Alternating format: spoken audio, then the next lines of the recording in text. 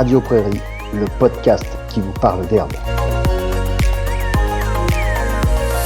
Et bienvenue dans Radio Prairie, la seule radio qui vous parle d'herbe, de prairie et de pâturage. Nous vous proposons chaque semaine et tout au long de la saison de pâturage de passer un coup de fil à Luc Delaby et probablement quelques invités pour lui soumettre nos questions, nos réflexions sur le pâturage. Luc est ingénieur de recherche à l'INRAE de Saint-Gilles près de Rennes et à la ferme expérimentale du Pin. Il travaille depuis de nombreuses années sur le pâturage et accompagne le groupe Herbe Franche-Comté depuis 15 ans. Allez, on chausse les bottes, les oreillettes et on appelle Luc en continuant à entretenir les clôtures, à mesurer de l'herbe ou mener de l'eau parce que c'est ça aussi l'avantage du podcast. Cette semaine, Luc nous explique comment gérer la complémentation en fourrage au pâturage. Ce sera le dernier épisode avant de reprendre fin août.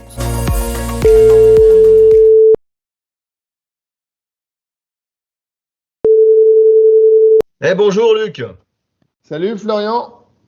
Comment vas-tu? Est-ce que t'as un peu chaud, Luc? Écoute, là c'est pas trop mal, hein. Avec toute la pluie qu'on a eue en juin, en fait, on arrive encore à pâturer pas trop mal. On est sur une ressource de qualité.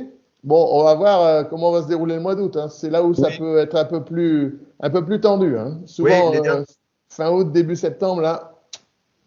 Les dernières années nous ont prouvé qu'il fallait pas vendre la peau de l'herbe avant de l'avoir récoltée, hein. C'est exact. Donc, oui.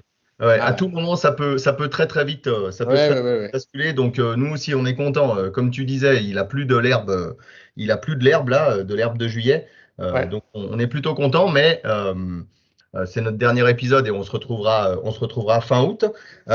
Mais justement, on va terminer par le fait que la dernière fois, on a parlé, les derniers épisodes, de complémentation en concentré.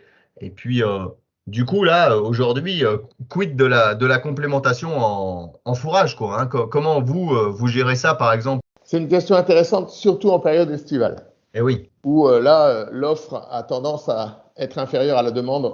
On a déjà évoqué ça. Mais je voudrais revenir d'abord sur une chose. Il y a un certain nombre d'éleveurs qui maintiennent tout au long de la saison des fourrages complémentaires, que ça soit de l'ensilage de maïs en zone de plaine ou du foin en zone de montagne. En fait, on s'aperçoit que par moment, il les laisse à contre-courant, à contre-temps. Il faut vraiment garder en mémoire que quand on a de l'herbe, on la mange. Ouais. Les fourrages ne doivent venir qu'accompagner le déficit en herbe. C'est-à-dire qu'en plein printemps, si on a suffisamment de surface, il faut vraiment faire manger de l'herbe, qui, je le rappelle, est la ration la moins coûteuse, et du coup, fermer le silo, fermer la grange pour la réouvrir au moment opportun. Mais franchement, là, il y a gros à gagner, et il y a encore trop d'éleveurs qui maintiennent ces 3, 4, 5 kilos d'ensilage de maïs, qui maintiennent du foin à discrétion que les vaches ont plutôt tendance à tirer et à se coucher dedans.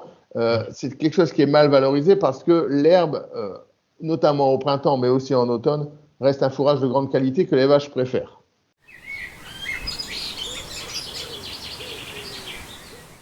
Ces fourrages qui sont de moins bonne qualité que l'herbe viennent un peu en concurrence, en fait, du pâturage, quoi, finalement. Oui, et puis ce qu'il faut bien savoir, c'est que la substitution qu'on a évoquée lors de l'apport de concentré, elle est grosso modo 2 fois plus importante avec des fourrages. C'est-à-dire qu'en gros, on peut considérer que 1 kg de matière sèche de fourrage consommé par les vaches, c'est environ 0,8 à 1 kg d'herbe consommé en moins. Donc, quelque part, c'est dommage parce qu'on aboutit à du gaspillage. On apporte des fourrages complémentaires d'un côté, les vaches mangent moins d'herbe et on se retrouve en situation d'excédent et de gaspillage. Et alors, il faut bien voir aussi qu'à ce moment-là, il est parfois très difficile de les faire manger, ces fourrages complémentaires. Donc, quelque part, les vaches nous rappellent à l'ordre, hein. Qu'on peut voir régulièrement, mais je me souviens très bien d'il y a quelques années, on avait vu des vaches qui étaient au pâturage avec de l'herbe bien à disposition, voire même on était presque en train de se faire déborder. Et puis dans cet élevage-là, on était allé voir les vaches et puis les vaches rentrent pour la traite. Et il y avait une ligne d'ensilage maïs qui était distribuée devant le cornadi et les vaches, une ou deux, ont passé le museau, même pas toute la tête entière, le museau à moitié du cornadi, ont regardé un petit peu cet ensilage maïs et l'ont complètement boudé. Ça reste quand même, quand le pâturage a pris la place, elles préfèrent quand même le pâturage, quoi. Oui, tout à fait. Et dans ce cas-là, on en arrive à un double gaspillage, quoi. On gaspille le fourrage complémentaire qu'elles refusent de manger. Comme tu dis, elles font leur petite bouderie. Et puis derrière, eh bien, on se retrouve avec de l'herbe qui est mal consommée si par malheur elle venait à manger cet ensilage. Donc l'ensilage comme le foin, les fourrages complémentaires en règle générale au pâturage, il faut les garder pour les jours de pénurie, pour les moments où, comme en plein été par exemple, quand on a réinjecté toute la surface disponible, on se retrouve avec une croissance de l'herbe qui ne couvre pas la demande animale. Et à partir de ce moment-là, eh ben, l'éleveur a besoin de gagner du temps. Il ne faut surtout pas accélérer. Et l'éleveur a besoin de gagner du temps. Et c'est là où il faut apporter des fourrages complémentaires pour corriger le défaut de croissance qu'on voit très souvent en plein été. Ouais, on en a parlé en début de saison et voilà, c'est ça. Il faut faire ces calculs si on peut, de stock d'herbe disponible, de jours d'avance, pour être capable de dire là, c'est le moment d'en mettre à l'auge pour faire baisser la pression. Et puis il y a ce fameux hiver chaud là, il y a ce fameux cette période là où on va peut-être être obligé de nourrir. Et ben si cette période là, on peut un peu la réduire en anticipant.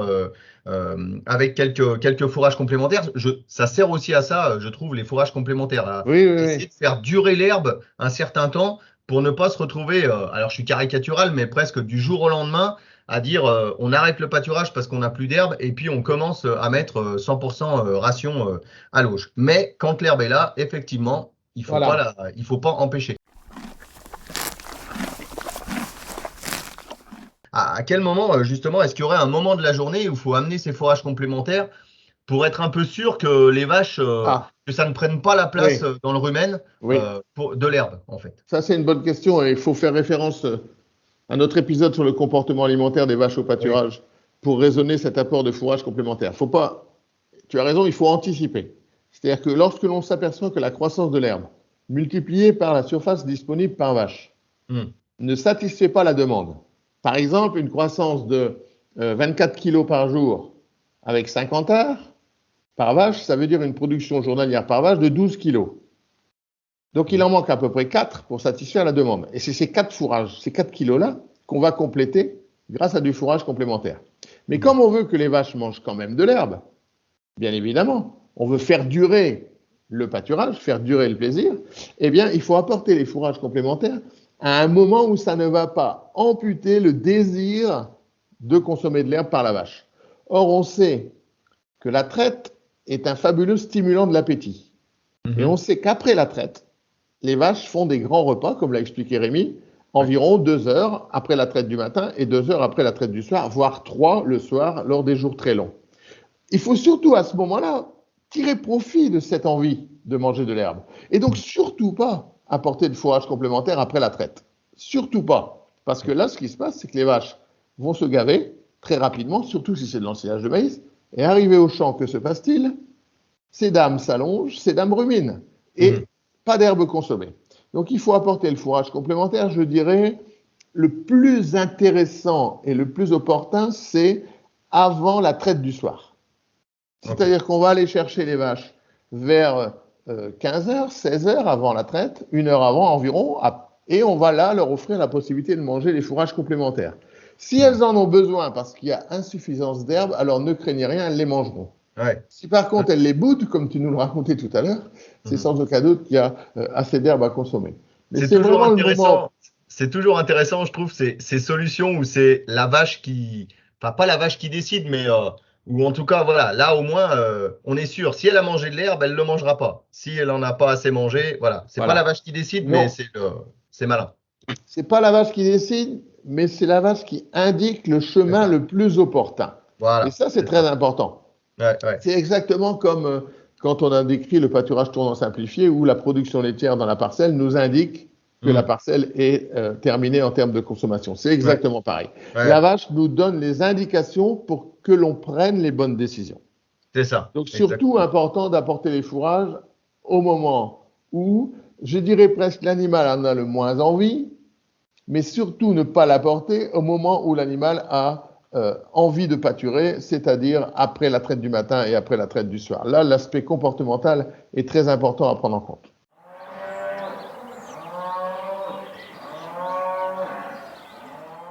Ouais, et puis là, on a parlé d'apporter des fourrages pour la vache, pour l'animal, Mais alors, je crois que pour les prairies, c'est intéressant aussi d'avoir du fourrage complémentaire au moment où il n'y a plus tellement d'herbe.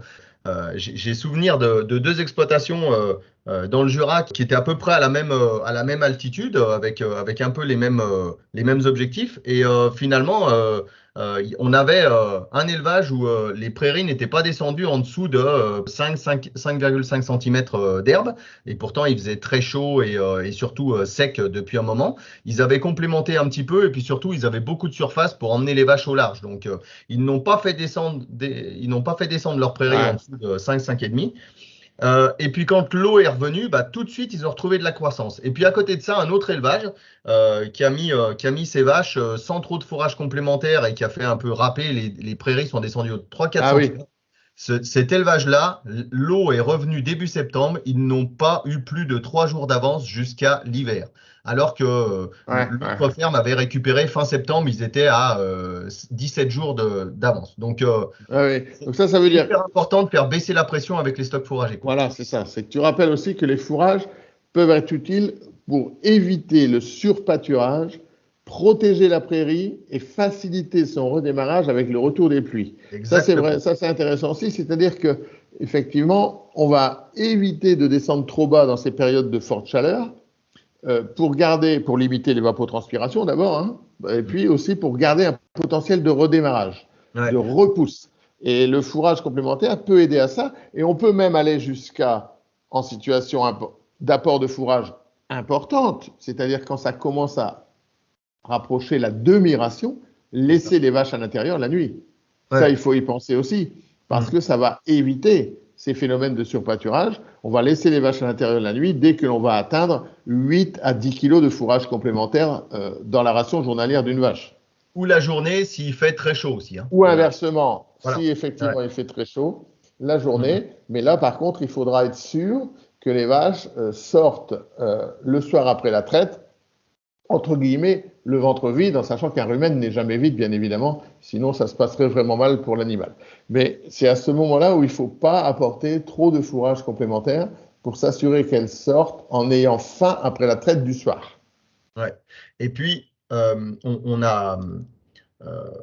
ne sait pas faire pousser de plantes quand il fait chaud et sec. Par contre, on sait préparer des prairies à ce qu'elles repartent très vite quand il pleut. Donc ça, faut l'avoir en tête pour cet été qui arrive. Exactement. Bon, écoute Luc, merci beaucoup. On se retrouve, comme je l'avais dit, alors on va pas se retrouver nous deux tout de suite fin août. On va parler semis de prairie avec Patrice Pierre de l'Institut de l'élevage là pendant quelques épisodes, parce que ça sera le moment de penser à semer des prairies à l'automne. Je te souhaite un bel été.